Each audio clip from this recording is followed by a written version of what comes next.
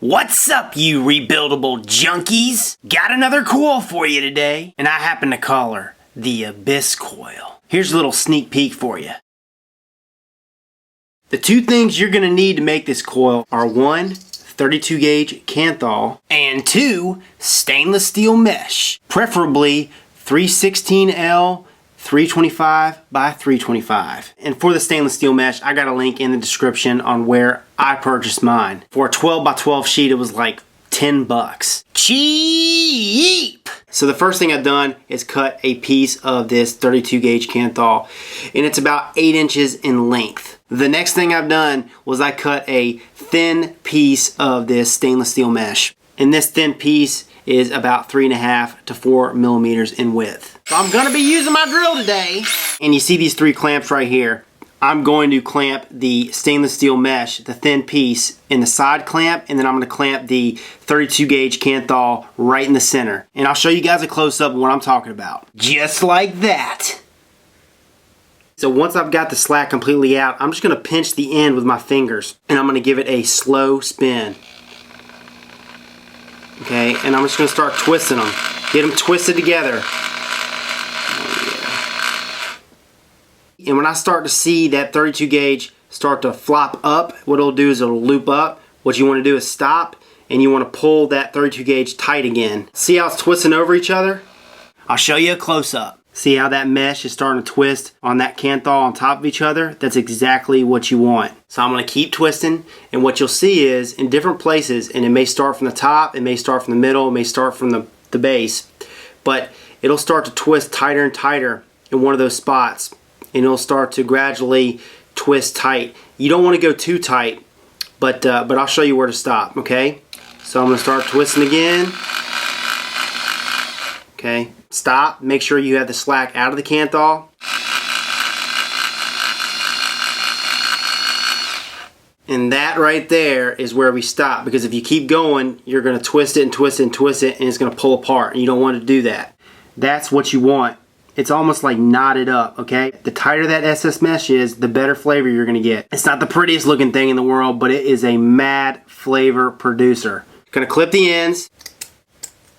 You see how there's little frays on the end? That's from the SS mesh. You guys should have seen that in the close-up. What I'm going to do is I'm going to take nail clippers and I'm just going to clip those frays. If you don't clip the frays, you're more likely to have some shorting issues. So yeah, I'm going to go ahead and clip those frays. So once I got all those frays clipped off, the next step is I'm going to take my drill bit and I'm just going to wrap a micro coil. Now, for those of you guys who've been following my coil builds, you've seen the close-ups, how to wrap a micro coil. If you're watching this and you don't know how to do a micro coil, then you shouldn't be watching this video. There are more beginner tutorials on how to build a micro coil on my channel. If you go to my channel and look under the coil building section, you'll find how to build a regular micro coil, etc. Okay? But for most of you guys, this ain't your first rodeo. So what I'm going to do is I'm going to take this drill bit, it's a 5/64 drill bit or something equivalent to a 5/64 drill bit, and I'm going to do 6 wraps. Okay, and you want your wraps as close together as possible.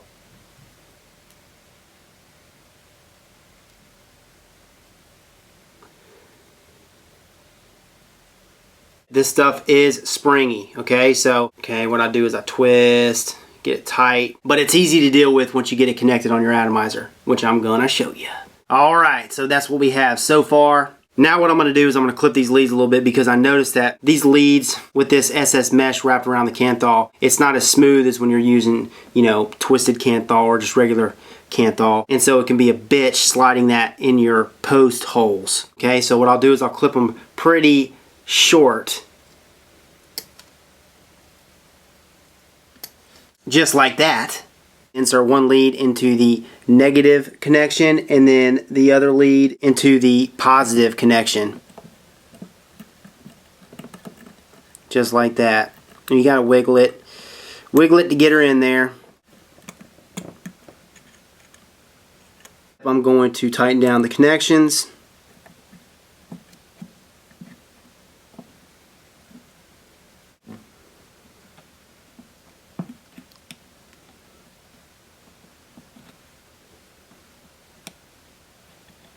Gonna clip these excess leads right here.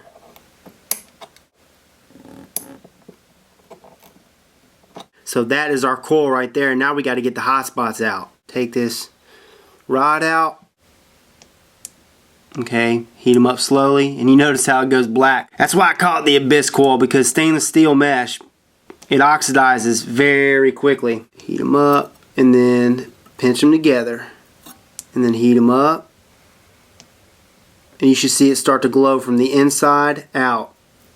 And that's when you know, oh yeah. Now with this coil, you want to be gentle because that stainless steel mesh is soft. Okay? And as you can see, there's a straight hole for that cotton that we're going to put in there. It's very easy to bend up is what I'm saying. So be gentle with it, okay? So we're going to go ahead and place this organic cotton through her.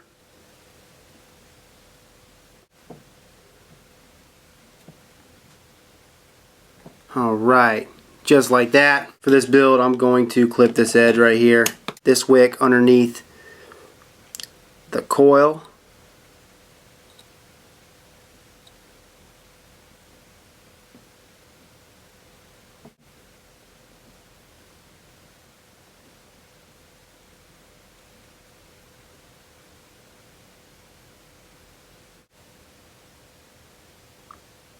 And the juice that I'm using is 100% VG.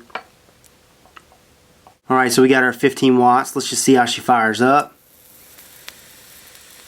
Oh, yeah. Alrighty. I'll show you how she vapes 15 watts because I know there's a lot of you guys out there that are using 15 watt devices who don't have a DNA 20. Proof!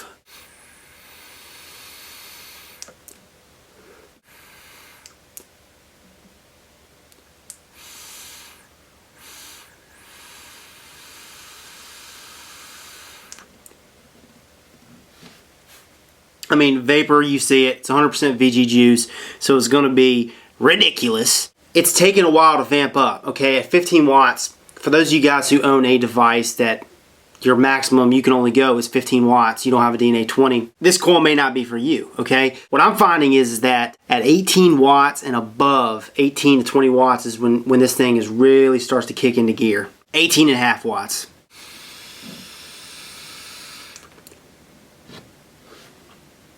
Man, flavor at 15 watts was great. It was just a really cool vape. But at 18.5 watts, it really jumps up. That's 0.5 increments higher than what it was at 15 watts. And that's a big difference. And heat, it starts to vamp up. But it's not like your normal micro coil. Your normal micro coil at 18.5 watts would be a lot hotter. This is a cooler vape. Someone commented on the last post I did, I think it was the Immortalizer version 3, that they really like those cool vapes. This sucker's for you, brother, because the flavor is ridiculous, which I'll get into in a second. Now I'm going to take her to 20 watts.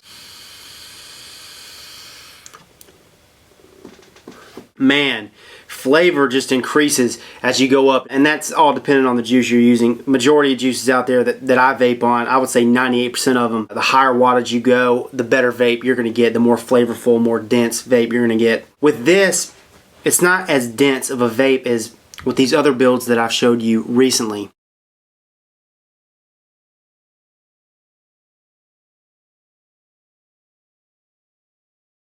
But that stainless steel mesh, man, I'm telling you, that's what really makes it. Alright, so now I'm going to go ahead and take her to 24.5 watts.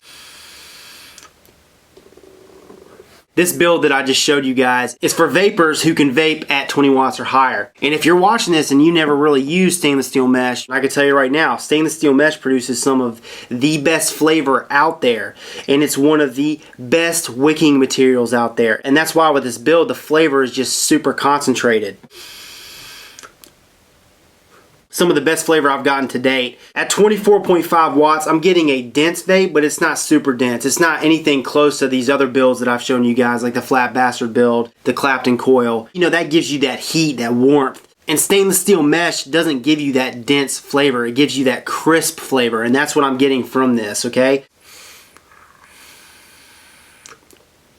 Oh, man. You gotta take shorter hits at 30 watts. And you know this, guys. You guys use the stainless steel mesh out there. You will get the driest, burnt, scratchiest hits if you let this thing go dry. And it won't take long. Stainless steel mesh burns off the e-liquid fast. And if you get a dry hit off of stainless steel mesh, it hurts. But when your coil is completely saturated, you're gonna get some of the best flavor out there. But I am loving this build, okay? I'm loving the flavor I'm getting off of it. It reminds me of those days I used stainless steel mesh. And stainless steel mesh, it does produce some of the best flavor out there. Cotton gives you your dense flavor. Stainless steel mesh gives you your crisp flavor. So when you combine both with the Kanthal, it's freaking awesome. But don't take my word for it. You give it a shot. So that is how to build the Abyss Coil. I hope that helps. This is Rip Trippers, and remember, smoking is dead, vaping is the future, and the future is now.